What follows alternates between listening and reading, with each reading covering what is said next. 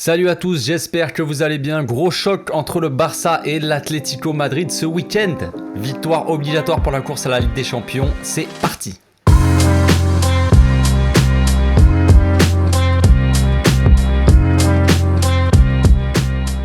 Au passage, n'hésitez pas à vous abonner, liker et commenter, c'est le meilleur moyen de me soutenir et ça fera plaisir à tonton. Le Barça remonte en selle ce week-end et pour cette reprise de Liga affronte l'Atlético Madrid à domicile. Et quel plaisir déjà de rejouer à domicile les amis, quel plaisir, quel kiff.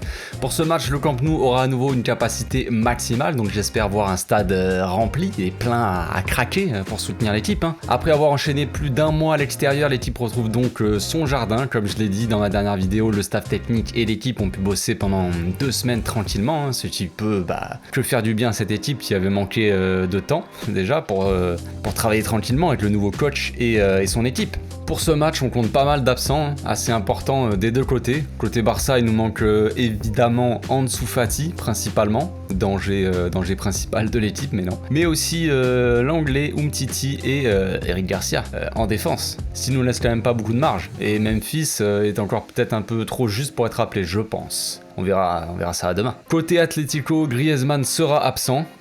Donc on n'aura pas l'occasion de le siffler dans le stade, dommage. Alors que Kondogbia et Marcos Llorente sont incertains, donc on verra bien, mais quand même des joueurs assez importants en face. Concernant la forme des équipes, comme vous le savez, le Barça a enchaîné les mauvais résultats ces derniers temps. On a quand même gagné le match avant la trêve contre Alaves, mais c'était quand même limite. Sinon, on avait été éliminé en Coupe d'Espagne par un Athletic Bilbao plutôt costaud, c'est pas le Real qui dira le contraire, et battu par le Real Madrid du coup, même si le match avait été quand même très encourageant en Supercoupe. L'Atlético, c'était pas la forme ces derniers temps.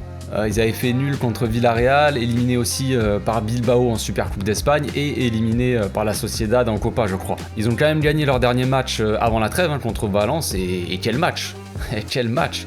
Grosse remontada, Les mecs perdaient 2-0 jusqu'à la 60e et ils ont fini par gagner 3-2 en toute fin de match. Donc autant dire qu'il faut un gros mental. Il faut un gros mental pour revenir comme ça, surtout que Valence sont pas mauvais en ce moment. Après on verra ce qui se passera contre nous, mais je sais pas ce qu'il y a avec l'Atlético cette saison. Les mecs ont 45 minutes de temps additionnel à chaque match, mais bon, c'est spécial, mais bon. On va pas commencer à parler d'arbitrage, sachant que l'arbitre, c'est un collègue.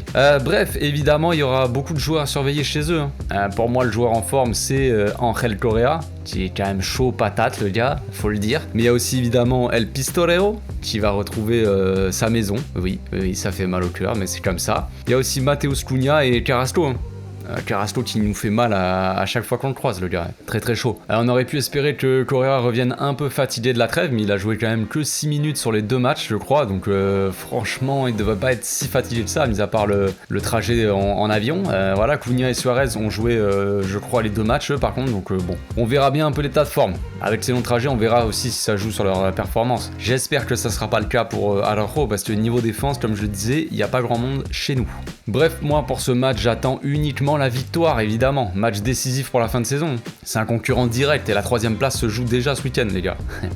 On n'a plus le temps, il va falloir arrêter de perdre des points là contre des petites équipes. Les matchs vont s'enchaîner maintenant. Et ce mois de février là, ça va être décisif dans la course au podium. Le Barça est 5ème au classement avec 1 point de moins que l'Atlético au 4ème et 1 point de plus que la Sociedad qui sont 6ème. On est pris en sandwich là et le moindre faux pas peut avoir des conséquences graves pour la suite de la saison.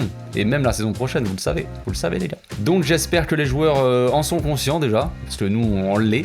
Ce match sera très dur à jouer, même si on a quand même l'avantage de jouer à domicile et que l'Atlético n'a pas gagné depuis un bon moment chez nous, mais ça veut pas dire grand chose. Ça veut pas dire grand chose, on le sait très bien. Il faut gagner ce match absolument, il faut revenir à 2 points du Betis, qui lâcheront pas l'affaire cette année, eux qui sont chauds bouillants aussi, et il faut passer devant nos concurrents et commencer à prendre de l'avance, parce que là c'est bon quoi. Donc tout ça est logique les gars, je vous apprends rien, mais l'équipe a perdu trop de points bêtes comme ça contre les petites équipes et n'a quasiment pas gagné contre les gros. En tout cas pas contre le Real.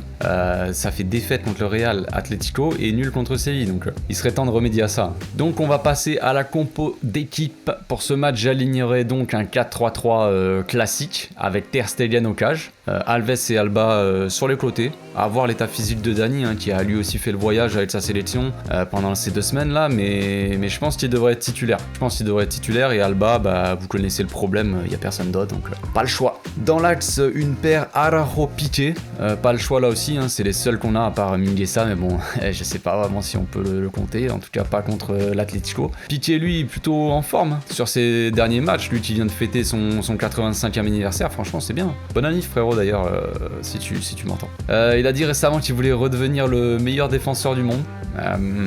Bon, je sais pas si on peut rigoler ou pas, mais voilà, c'est bien un peu de se mettre des challenges comme ça dans la vie, franchement, même à 135 ans, c'est bien, franchement, frère, bravo à toi. Tiens encore sur ses 2 jambes, à son âge, c'est bien. Donc en 6, je mettrai Frenkie, mais bon, est-ce que ça sert de lutter comme ça? Je ne sais pas. Donc Busquets sera sur le terrain, évidemment, j'espère juste qu'il sera à la hauteur, le gars, parce que c'est l'Atlético en face, et niveau intensité, voilà, mais bon, bref. T'as eu 2 semaines pour te reposer frérot, donc j'espère que t'es en forme. Un cran au-dessus, je mettrai donc Pedri et Frenkie. Il va y avoir beaucoup d'intensité dans ce match, comme je le disais, donc j'attends vraiment un gros taf des deux. On sait bien que Busquets sera pas présent au niveau intensité, donc il faudra que les deux redoublent d'efforts. Mais j'ai confiance. Les gars. Pedri a montré déjà beaucoup de belles choses dès son retour, alors qu'il était pas encore dans le rythme. Donc je m'attends à voir un Pedri encore meilleur sur ce match. Frenkie lui reprend petit à petit la confiance ces derniers matchs, donc on verra. C'est le bon augure, comme on dit, mais voilà. La dernière fois, il a donné des interviews aussi à des médias. Il a eu un très beau discours par rapport au club, à ses objectifs, tout ça. Un discours qui montre sa mentalité, et franchement, j'ai trouvé ça cool. C'est bien frérot. Continue sur cette voie, frère. Évidemment, c'est dur pour moi de mettre Gavi sur le banc. Franchement, ça me fait mal au cœur. Je kiffe ce joueur et le voir sur un terrain, pour moi, c'est quelque chose de magnifique. Mais il faut faire des choix. Et si c'est moi qui décidais, Busquets ne serait pas sur le terrain. Évidemment, Busquets en el banquillo, en la kitchenetta, vous le savez. Mais bon, bref. C'est pas un manque de respect, les gars. C'est pour rigoler. Mais voilà, c'est comme ça. Bref, en attaque, je mettrai le trio Adama, Ferran Torres et Aubameyang. Je sais pas dans quel sens. Il y en a qui m'ont dit qu'ils préféraient quand même Aubameyang en 9, tout ça. Moi, je donnais Aubameyang sur un côté parce que par rapport à ce que disait Xavi, c'est pas par rapport à mon avis à moi. Moi, mon avis, ce serait de le mettre sûrement en 9, mais à voir. Ça dépend de comment veut jouer Xavi, quelle animation il veut faire, tout ça. Donc, bref. Donc voilà, peu importe le sens. Adama, de toute façon, on jouera à droite. Ferran Torres, à voir si entre Ferran Torres et Aubameyang qui jouera à gauche et dans l'axe, mais voilà. Ouais, moi je mettrais Aubameyang direct. Bon, après, c'est peut-être risqué de mettre Aubameyang directement comme ça. Si je me trompe pas, il a pas joué depuis 2 mois, le gars. Je crois que son dernier match c'était le début décembre avec Arsenal, donc niveau rythme il doit être quand même un peu à la ramasse, le gars. À voir, je connais pas l'état de forme du joueur, donc s'il est bien je le mettrai évidemment, sinon peut-être que Xavi mettra Gavi en ailier, je n'y crois pas, mais c'est une possibilité, ou alors surtout Luc de Jong en pointe, comme sur les derniers matchs avec Ferran et Adama sur les côtés pour alimenter un peu le joueur en centre. Voilà, alors attaque un peu inédite et qui manque peut-être d'automatisme, mais bon, on n'a pas 50 choix pour le moment. Memphis et en dessous sont absents et Braithwaite revient à peine, et puis bon, j'ai pas vraiment envie de le voir non plus sur le terrain, ça va quoi, c'est pas le joueur qu'il faut mettre sur le terrain, Braithwaite, désolé. Donc non, mais en vrai je pense que Luc sera sur le terrain. Moi voilà, je dis Aubameyang direct, mais je pense que Luc sera sur le terrain. Si je devais choisir la voie de la raison, je mettrais Luc en pointe. Mais bon, j'ai tellement envie de voir un peu ce que ça donne avec les trois là que je me suis enflammé, j'avoue les gars, je me suis enflammé. En tout cas, j'attends beaucoup de voir ce qu'Adama va apporter. On démarre direct comme ça contre une équipe qui a beaucoup d'intensité. Adama, il débarque de première ligue, les gars, donc ça devrait pas trop le changer normalement. Espérons qu'il vide 2 petites bouteilles d'huile là sur ses bras et qu'il fasse le taf, voilà. Et puis on verra. Bref, comme je vous ai dit plus tôt, je n'attends qu'une victoire. Voilà, il n'y a rien d'autre à aller chercher, les gars. Les 3 points ou rien, comme on dit. Les points vont coûter cher. Ce mois. Et démarrer par une victoire te met dans de bonnes conditions mentalement pour enchaîner un peu pour la suite. Donc voilà, je n'espère qu'une victoire, les gars. Victoire à domicile, allez, je me calme. Voilà, c'est tout pour aujourd'hui. Donc, dites-moi dans les commentaires ce que vous avez pensé de la compo, si vous êtes d'accord ou pas. Voilà, on en discute. J'espère que la vidéo vous a plu, les amis. On se retrouve bientôt pour le débrief. Je ferai sûrement d'ailleurs un débrief à chaud juste après le match. Enfin, j'essaierai de le faire aussi rapidement que possible. Et un débrief à froid le lendemain où je répondrai à quelques questions que je poserai sur mon Instagram. Donc, rendez-vous sur mon Instagram. Le lien est dans la description, les amis. D'ici là, passez une très bonne journée. Portez-vous bien. Ciao.